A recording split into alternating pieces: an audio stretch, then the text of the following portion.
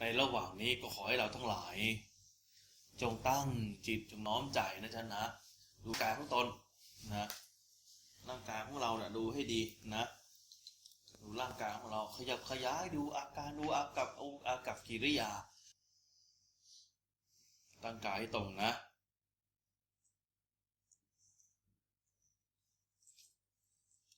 ให้ความรู้สึกจับตั้งแต่ปลายศีรษะของเราไล่ลงไปจนถึงปลายเท้า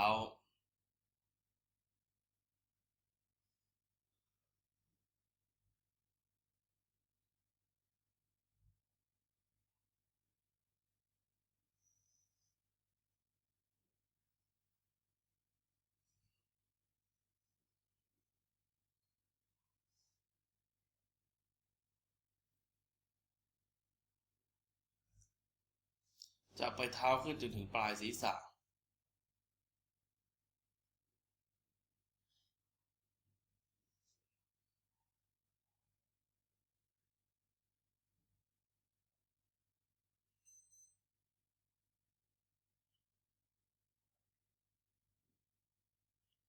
บัดนี้เราทั้งหลายดูลมหายใจเข้าช้าๆสบาย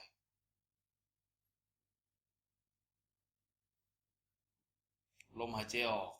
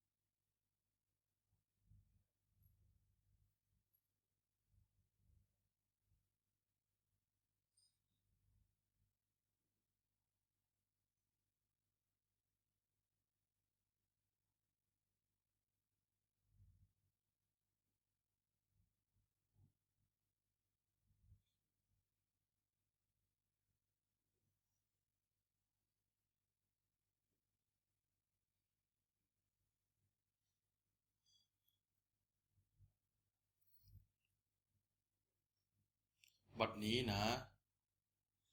ให้เราดูเห็นไม้แหลมๆยาวๆ2 ไม้ที่1วัดเหนือสะดือ2 นิ้วของเรา เมื่อเราวัดเสนอ2นี้แล้วเราแทนทุบไปข้างหลังของเราส่วนไม้ที่2วัดตรงเซลล์ขึ้นมาให้อยู่ในระดับเดียวกันนะกับสะดือ2 นิ้วให้แทนทุบไปเอวอีกข้างหนึ่งเมื่อแทงครบทั้ง2 ไม้แล้วเนี่ยเราจะเห็นเป็นกากบาทอยู่ภายในตัวกากบาทนี้เนี่ยเขาเรียกจุดศูนย์กลางกายเป็นฐานของลมเป็นฐานของจิตให้จิตของเราแตะไว้ตรงกลางนั้นนิ่งๆนิ่งๆเมื่อใดก็ตามที่เราหายใจเข้าก็จะเห็นว่าพอพานเห็นตัวอักษรนะปรากฏตัวกึ่งกลางกระดาษที่จุดศูนย์กลางกายนั้นพอพานสู่ททหารคือพูดเมื่อใดก็ตามที่เราหายใจออกท้องแฟบเบาๆจะเห็นคำว่าทอทงสระโอปรากฏแทนคำว่าพุทธคือคำว่าโท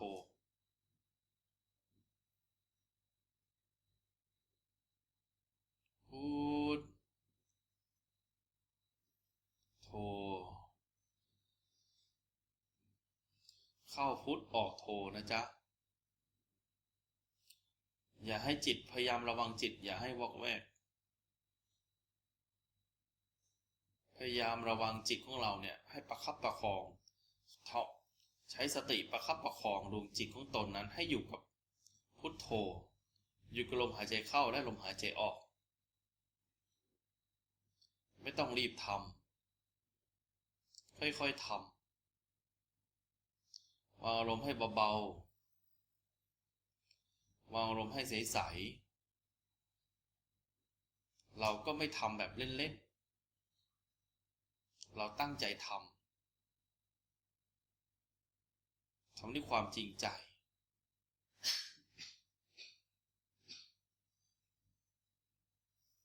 สิ่งใดมารบกวนจิตใจของเราแล้วไซร้ฉันก็ไม่สนจะมีความคิดความฟุ้งซ่านและอารมณ์ความรู้สึกใดๆอยู่ภายนอกภายในฉันก็ไม่สนเสียงอะไรที่มันเกิดขึ้นภายนอกฉันก็ไม่สน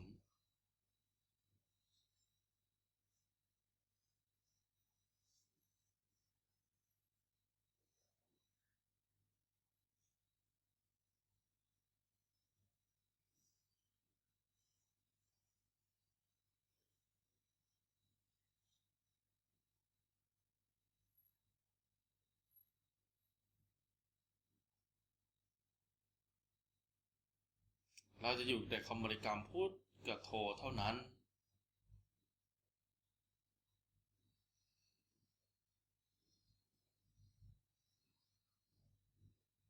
เราจะต้องเข้าใจว่าอาตาปีสติมาสัมปัชฌาโนอาตาปีก็คือความเพียรเพ่งในคำบริกรรมสติมาก็คือความระลึกได้คอยประคับประคองลมและลมหายใจและดวงจิตให้อยู่ในคำบริกรรมกับลมหายใจเท่านั้นสัมปัชฌาโนเมื่อฟุ้งซ่านเมื่อจิตมันวอกแวกไปสนใจสิ่งอื่นนอกเหนือจากคำบริกรรมและลมหายใจเราก็เอาจิตดึงจิตกลับมาอยู่ในคลองคลองที่เรากำหนดไว้ใหม่ตรงนี้เขาเรียกสัมปัชฌาโนก็คือความระลึกได้ความรู้ตัวว่าตัวเองนั้นฟุ้งซ่านแล้ว3 ข้อนี้เป็นสิ่งที่สำคัญอาตาปีสติมาสัมปัชฌาโนอาตาปีความเพียรเผากิเลสความเพียรเพ่งสติมาความระลึกได้สัมปัชฌาโนก็คือความรู้ตัวความรู้สึกตัวว่าตนนั้นฟุ้งซ่านหรือว่าตนนั้นกำลังทำอันใดอยู่ก็รู้วางอารมณ์ของเราให้เบาๆสบายๆตั้งกำลังใจของเราให้มั่นคงให้เข้มแข็ง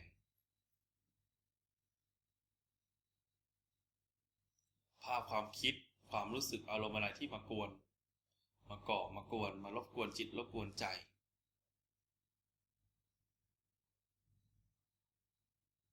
ฉันก็ไม่สน มีหน้าที่ทำอันใดฉันก็ทำเช่นนั้นไปพุท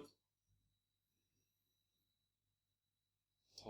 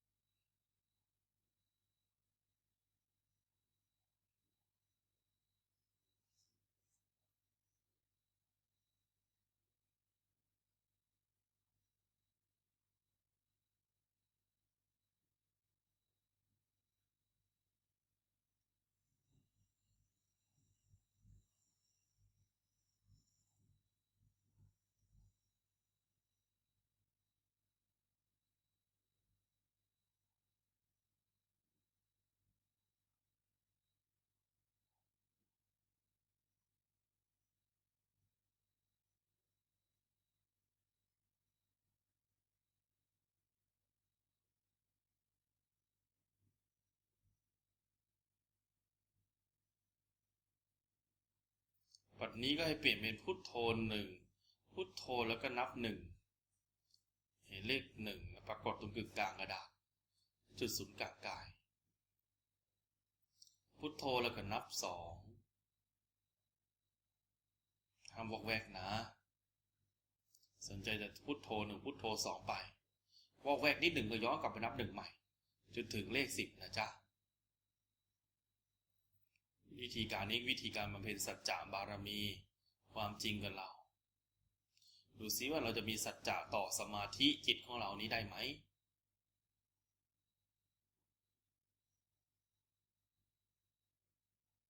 คนเราก็ต้องมีสัจจะในทานในการให้ทานแล้วก็ศีลแล้วก็ภาวนามีสัจจะในการรักษาศีลมีสัจจะในการภาวนาแต่ตอนนี้เนี่ยเรามีสัจจะในการภาวนาเราก็ต้องมีทานในสัจจะในศีลมีทานในสัจจะในมีสัจจะในศีลมีสัจจะในสมาธิมีสัจจะในปัญญาด้วยถ้าเรามีสัจจะใน3ข้อนี้แล้วไซก็ทำให้การปฏิบัติธรรมการบรรลุธรรมก็จะไวแล้วก็จะง่าย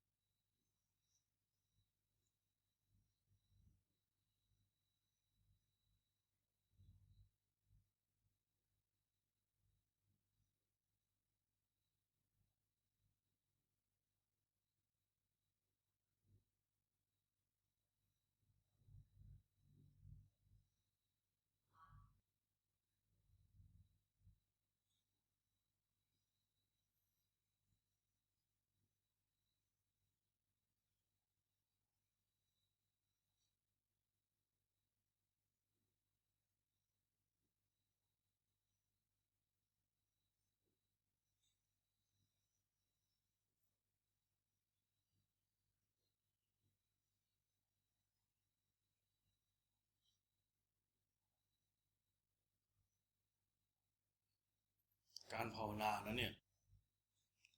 เมื่อเราภาวนาไปแล้วเนี่ยในที่อาตมาได้แนะนำไว้ว่าหายใจเข้าพุทหายใจออกโทใครก็ตามที่สามารถทำได้เมื่อลมหายใจเข้าก็พุทจิตมันก็รู้ไม่วอกแวกเมื่อหายใจออกโทจิตมันก็รู้ไม่วอกแวก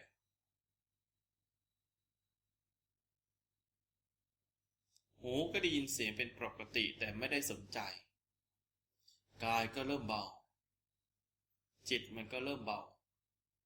สติก็เริ่มมีพลังมีความเข้มแข็งมากยิ่งขึ้นมีความสุขในลมหายใจที่เข้าและออกพร้อมทั้งคำบริกรรม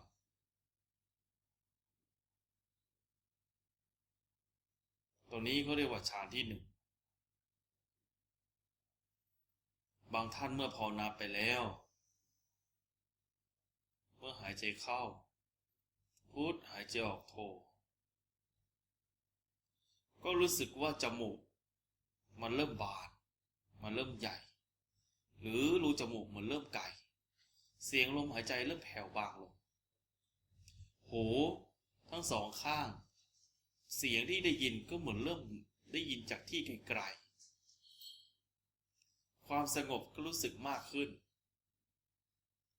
ความสงัดก็มากขึ้นกายเบาจิตเบาสติมีความเข้มแข็งมากยิ่งขึ้นบางท่านอาจจะเห็นแสงสว่างโพลงๆเหมือนแสงสว่างที่ปลายอุโมงค์หรือปลายถ้ำเรืองรองมาเรื่อยๆหูได้ยินเสียงเบาลงและไม่รำคาญแต่ก็ไม่ได้สนใจขนลุกขนพองสยองกล้าเป็นปกติร่างกายอาจจะโยกไปโยกมาหรืออาจจะบิดไปบิดมาก็ได้ตัวนี้ก็เรียกว่าฌานที่สอง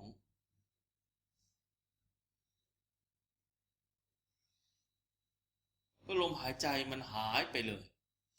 ได้ยินเสียงลมหายใจนิดเดียวแสงสว่างเรืองรองรอบทิศหูไม่ได้ยินเสียงปิติปรากฏบ้างแต่ก็ไม่ยังปรากฏน้อยลงใจอิ่มเอิบเป็น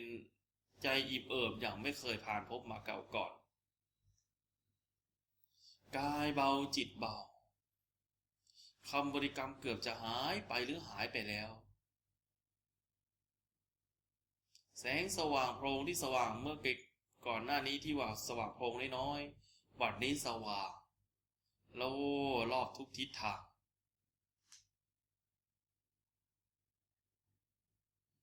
นี่เขาเรียกว่าฌานที่สาม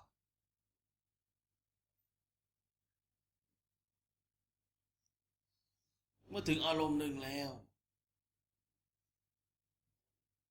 สว่างไปหมดสว่างไปหมด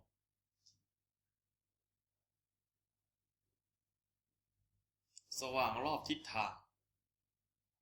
ความสุขก็ไม่รู้สึกปิติก็ไม่บังเกิดคำบริกรรมก็ไม่มีหูก็ไม่ได้ยินเสียงใดๆจิตมันแน่วแน่แค่อารมณ์เดียวก็คืออารมณ์ที่รู้ตัวเดียวแต่ไม่รู้สึกรู้ไอ้รู้สึกเขาว่ามีความสุขก็ไม่รู้ไอ้รู้สึกสภาพอันมีความจำก็ไม่รู้สึก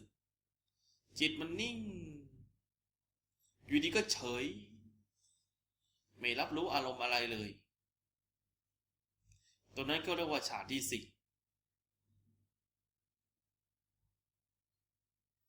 วิธีการนี้ก็เรียกวิธีการเข้าสู่สมาธิด้วยอำนาจแห่งอานาปาก็คือลมหายใจเข้าลมหายใจออกผู้ที่ฝึกเข้าสู่ตรงนั้นได้ก็ต้องฟูมฟักอินทรีย์ของตนให้มากๆอินทรีย์ในที่นี้คืออะไรคือความเพียรความวิริยะความภาคเพียรศรัทธาปัญญาการศึกษามากและก็ศีลให้เราภาวนาตั้งแต่ทั้งวันและทั้งคืนพยายามระแวดระวังจิตของตนใช้สติเนี่ยคอยประคองจิตของเราไม่ให้ไหลไปสู่อารมณ์ที่ชั่วคือนิวรณ์5ประการพ ให้อยู่แต่ในคุณงามความดีใดๆก็ได้อ่านหนังสือธรรมะก็ได้เจริญลมหายใจเบาๆก็ได้ภาวนาคาถาบทใดบทหนึ่งก็ได้เจริญกสิณกองใดกองหนึ่งก็ได้ทั้งวันและทั้งคืนเจริญผ้าพระหรือเป็นพุทธานุสติกรรมฐานก็ได้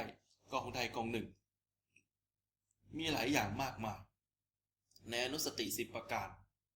หรือจะแผ่เมตตาตลอดทั้งวันและทั้งคืนก็ได้อย่างน้อยก็อย่าให้จิตมันไหลลงสู่ความชั่วก็คือนิวรณ์5 ประการนั้น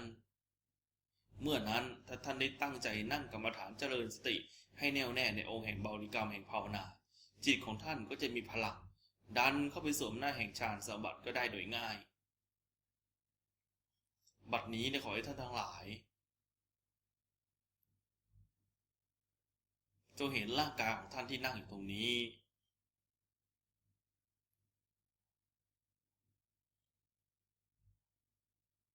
เห็นร่างกายของท่านที่นั่งอยู่ตรงนี้เนี่ย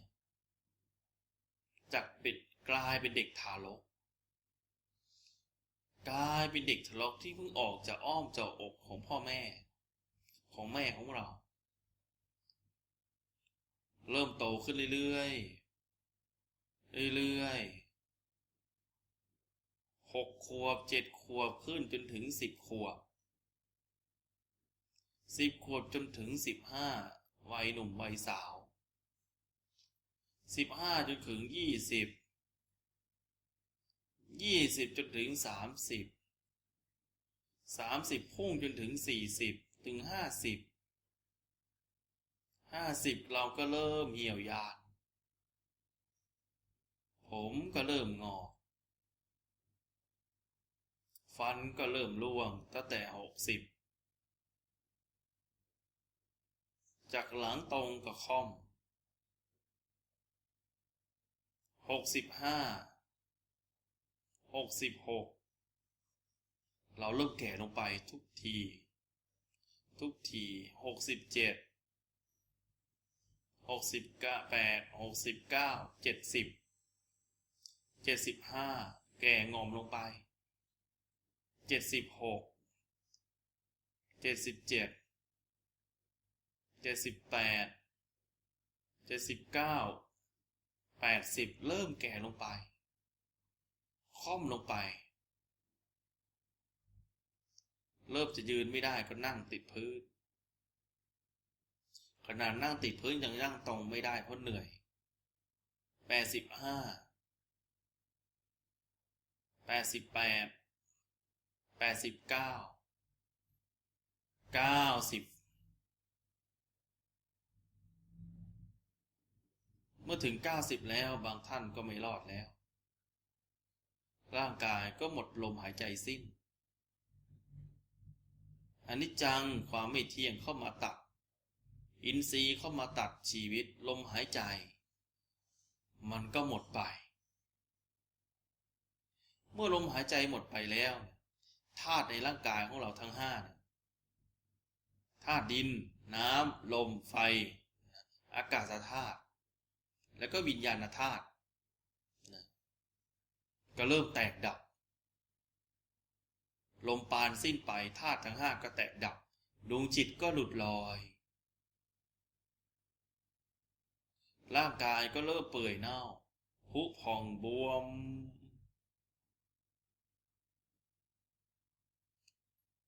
น้ำหนองไหลตาถลนผมร่วงฟันหลุดไส้แตกลงมาเขียวหนอนชวนหนอนชอนชัยเน่าจนเหลือแต่น้ำเหลือแต่เอ็นติดแต่กระดูกแห้งเหม็นสาบเหม็นสางเน่าจนไม่เหลืออะไรเหลือแต่กระดูกก็หักทีละเล็กทีละน้อยชิ้นเล็กชิ้นน้อยหักทีนิดทีละหน่อยหักไปเช่นท่อนเล็กท่อนน้อยนิ้วก็หักเป็นท่อนเล็กท่อนน้อยกระจัดกระจายมันเหลือเท่ากับเม็ดข้าวสารเม็ดข้าวสารหักจากเม็ดข้าวสารหักก็กลายเป็นเม็ดทราย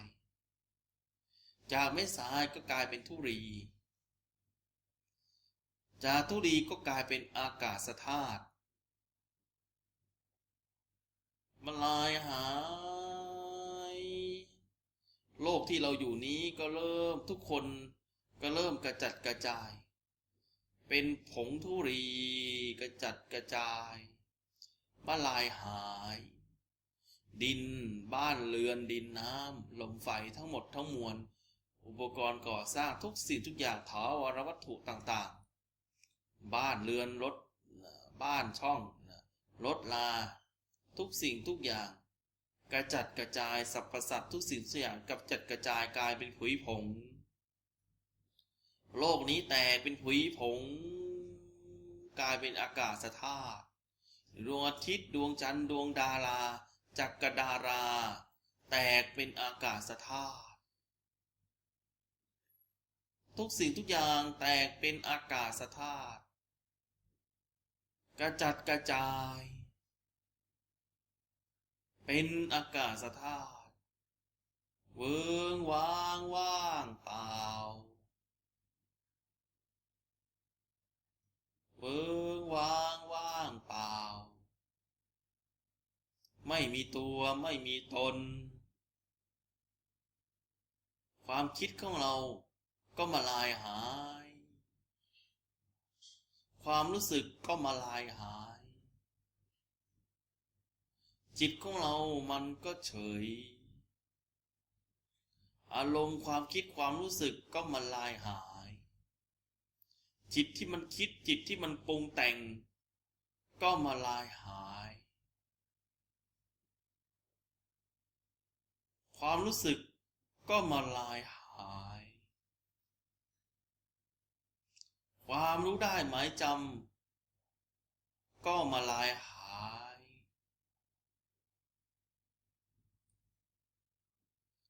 จิตมันรู้จิตมันนิ่งอย่างนั้นเฉย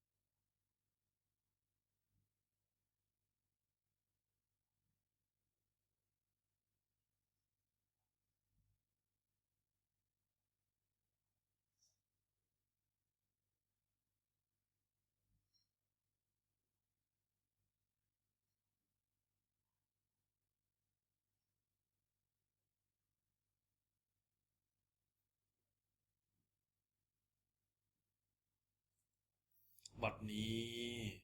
ขอให้ท่านทั้งหลายจงตั้งจิตจงน้อมใจจากภาพพระพุทธรูปที่ท่านชอบองค์ใดก็ได้ให้ท่านพร้อมเปลี่ยนไปด้วยความรักความเมตตาความปรารถนาดีอันไม่มีประมาทอันหาที่สุดมิได้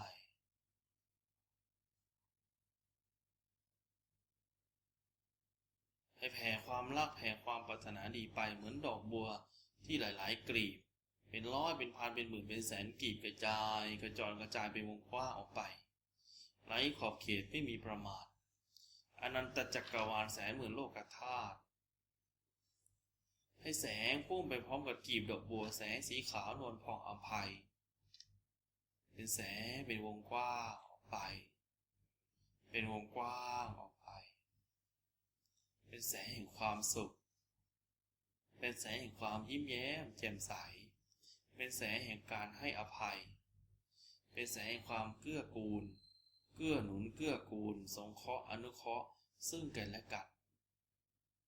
เป็นแสงแห่งความช่วยเหลือเจือจุนซึ่งกันและกันเป็นแสงแห่งความรักและความจริงใจที่อยากให้ผู้อื่นเขาพ้นจากทุกข์เป็นแสงแห่งความสำนึกในบาปในอกุศลที่ตนเคยทำให้ผู้อื่นเขามีความทุกข์และนับแต่นี้ต่อไปก็จะไม่สร้างความทุกข์ให้แก่ผู้ใดนับตั้งแต่นี้เป็นต้นไปเป็นแสงแห่งความสุขแสงแห่งความเจริญแสงแห่งความเมตตาแสงแห่งความมงคลเป็นแสงสีขาวแก้วระยิบระยับจับงามตาเป็นพุทธบารมีอันมหาประมาณมิได้เป็นธรรมบารมีอันหาประมาณมิได้เป็นสังฆบารมีอันหาประมาณมิได้เป็นบรมโพธิสัตว์บารมีอันหาประมาณมิได้และเป็นบารมีที่เราได้บำเพ็ญมาตั้งแต่ต้นชาติจนถึงปัจจุบันชาตินี้ท่านผู้ใดก็ตามที่ข้าพเจ้าได้เคยประมาทพลาดพลั้งล่วงเกินขอให้ท่านทั้งหลายได้โปรดอโหสิกรรมให้แก่ข้าพเจ้านับตั้งแต่บัดนี้เป็นต้นไปด้วยเถิดหากผู้ใดก็ตามกระทำไม่ดีต่อข้าพเจ้าข้าพเจ้าขออโหสิกรรมให้ทุกผู้ทุกคนทุกตนทุกนามทุกคนเป็นดั่งเพื่อนของน้องพี่ทุกคนเป็นเพื่อน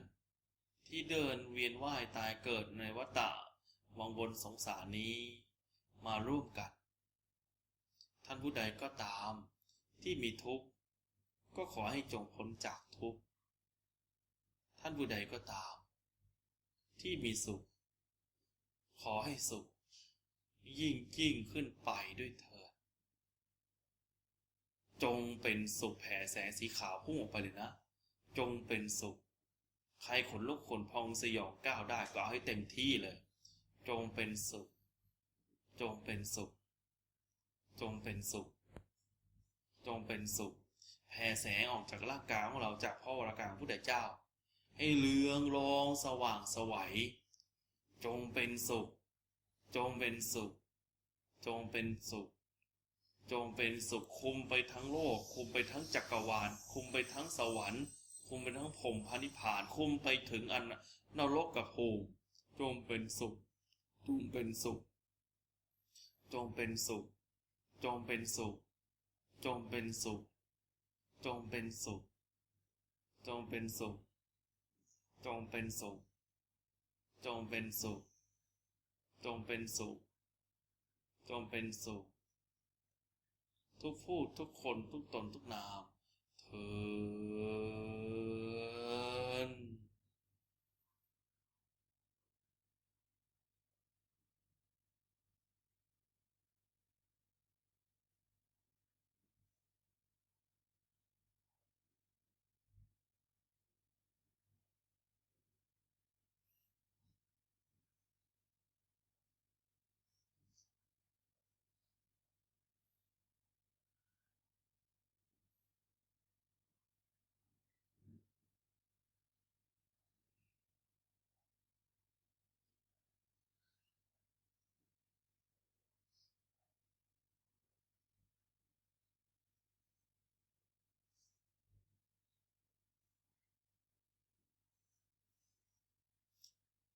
จับพระพุทธเจ้าให้สว่างอยู่ไว้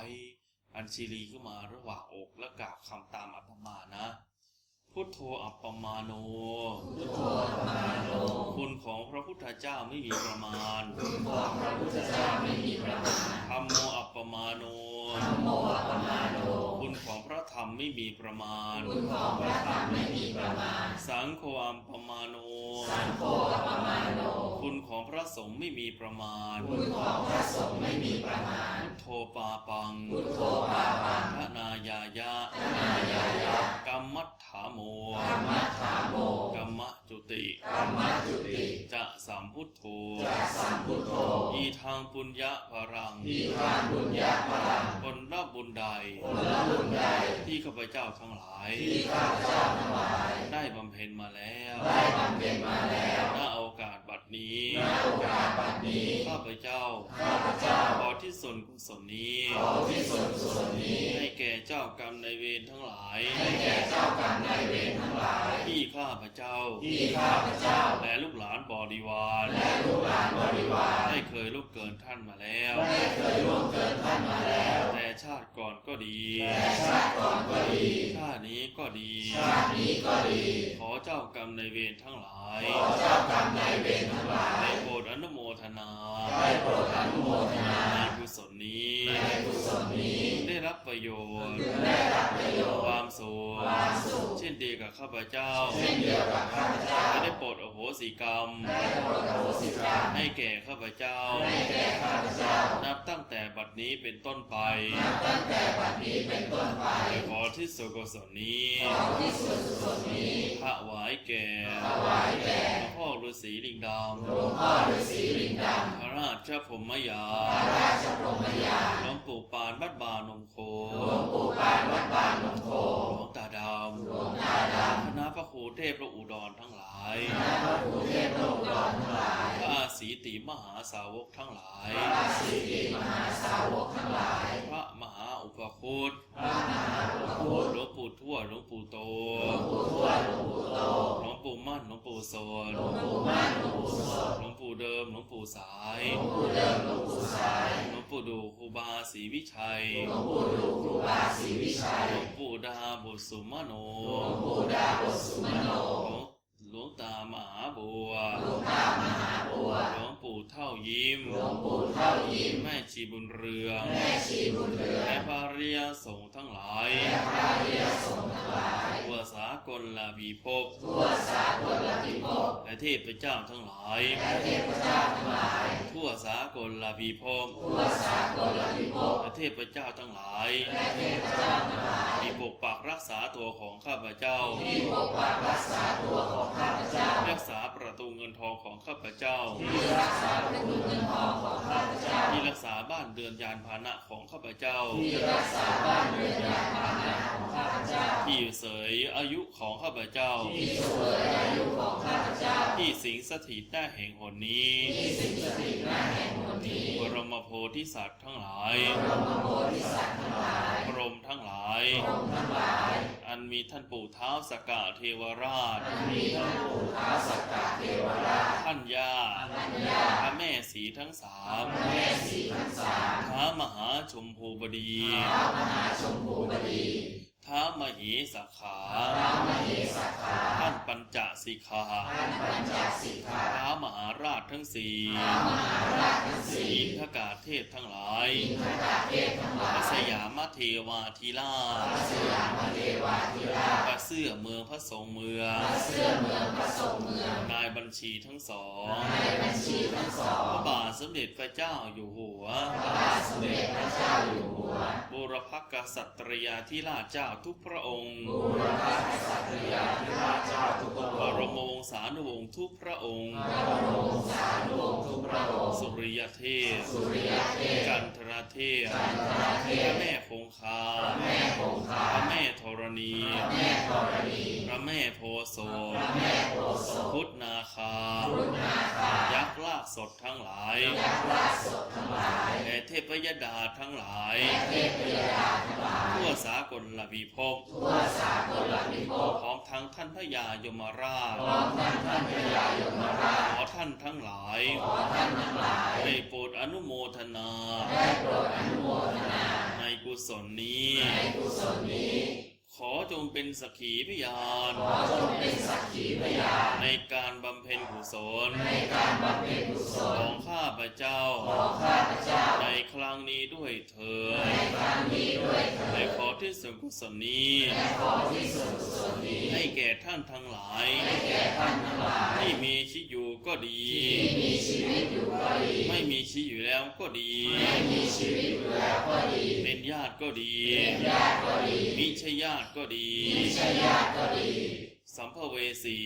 สัมภเวสี สรรพสัตว์ทั้งหลาย สรรพสัตว์ทั้งหลาย โอปปาติกาทั้งหลาย โอปปาติกาทั้งหลาย เปรตอสุรกายทั้งหลาย เปรตอสุรกายทั้งหลาย ขอท่านทั้งหลาย ขอท่านทั้งหลาย ได้โปรดอนุโมทนา ได้โปรดอนุโมทนา ในกุศลนี้ ในกุศลนี้ พึงได้รับประโยชน์ พึงได้รับประโยชน์ ความสุข ความสุข เช่นเดียวจากข้าพเจ้า เช่นเดียวกับข้าพเจ้า จะพึงได้รับ จะพึงได้รับ ขอกุศลผลบุญนี้ ขอกุศลผลบุญนี้ จงเป็นพระวะปัจจัย จงเป็นภรวะปัจจัย ให้ข้าพเจ้าทั้งหลาย ให้ข้าพเจ้าทั้งหลาย ได้ดวงตาเห็นธรรม ได้ดวงตาเห็นธรรม เป็นผู้มีพระกำลัง เป็นผู้มีพระกำลัง ในการบำรุงพระพุทธศาสนา ในการบำรุงพระพุทธศาสนา ขอให้คล่องตัวทั้งทางโลกและทางธรรม ขอให้คล่องตัวทั้งทางโลกและทางธรรม ขอให้ชำนะหมู่มารทั้งหลาย ขอให้ชนะหมู่มารทั้งหลา ขอย คำว่าไม่มี ขอคำว่าไม่มี ไม่รู้ ไม่รู้ โรคภัยทั้งหลาย โรคภัยทั้งหลาย หนี้ทั้งหลาย หนี้ทั้งหลาย ศัตรูหมู่มารทั้งหลาย ศัตรูหมู่มารทั้งหลาย ประฆาตกรรมทั้งหลาย ประฆาตกรรมทั้งหลาย อุบัติเหตุได้เล็กใหญ่ๆทั้งหลาย อุบัติเหตุเล็กๆใหญ่ๆทั้งหลาย ขอคำทั้งหลายเหล่านี้ ขอคำทั้งหลายเหล่านี้ จงอย่าได้ปรากฏ จงอย่าได้ปรากฏ แก่ตัวของข้าพเจ้า แก่ตัวของข้าพเจ้า นับตั้งแต่บัดนี้เป็นต้นไป ตั้งแต่บัดนี้เป็นต้นไป ขอให้เงินทองไหลมาเทมาดั่งวาริน ขอให้เงินทองไหลมาเทมาดังวารี ขอให้ผ่านพบแต่กัลยาณมิตร ขอให้ผ่านพบแต่กัลยาณมิตร หากข้าพเจ้า หากข้าพเจ้า จะคิดมุ่งมั่นปรารถนาสิ่งใด จะคิดมุ่งมั่นปรารถนาสิ่งใด หรือจะกระทำการงานสิ่งใด หรือจะทำการงานสิ่งใด ทั้งทางโลกและทางธรรม ทั้งทางโลกและทางธรรม ขอให้จงพันสำเร็จ ขอให้จงผ่านสำเร็จ ไร้อุปสรรคขัดข้อง ไร้อุปสรรคขัดข้อง นานาประการ นานาประการ มีคนมาช่วย มีคนมาช่วย มาหนุนมาส่งให้ มาหนุนมาส่งให้ เจริญงอกงาม เจริญงอกงาม ไทยบุญด้วยดี ให้บุญด้วยดี ตามความมุ่งมั่นปรารถนาทุกประการ ตามความมุ่งมั่นปรารถนาทุกประการ ตราเท่าเข้าสู่พระนิพพาน ตราเข้าสู่พระนิพพาน ในชาติปัจจุบันนี้ด้วยเถิด ในชาติปัจจุบันนี้ด้วยเถิด อิทธิฤทธิ์ อิทธิฤทธิ์ พุทธนิมิตตัง พุทธานิมิตตัง ขอเดชะ ขอเดชะ เดชัง เดชัง ขอเดชเดชะ ขอเดชเดชะ จงมาเป็นที่พึ่ง จงมาเป็นที่พึ่ง แก่มะอาอุนี้ด้วยเถิด แก่มาอาอุนี้ด้วยเถิด สิทธิกิจจัง สิทธิกิจจัง สิทธิกัมมัง สิทธิกรรมัง สิทธิการิยะ สิทธิการิยะ ตถาคตโต ตถาคตโต สิทธิเตโช สิทธิเตโช ชโยนิจจัง ชโยนิจจัง สิทธิลาโภ สิทธิราโภ นิลันตรัง นิรันตรัง สัพพะสิทธิ สัพพะสิทธิ ภะวันตุเม วันตุเม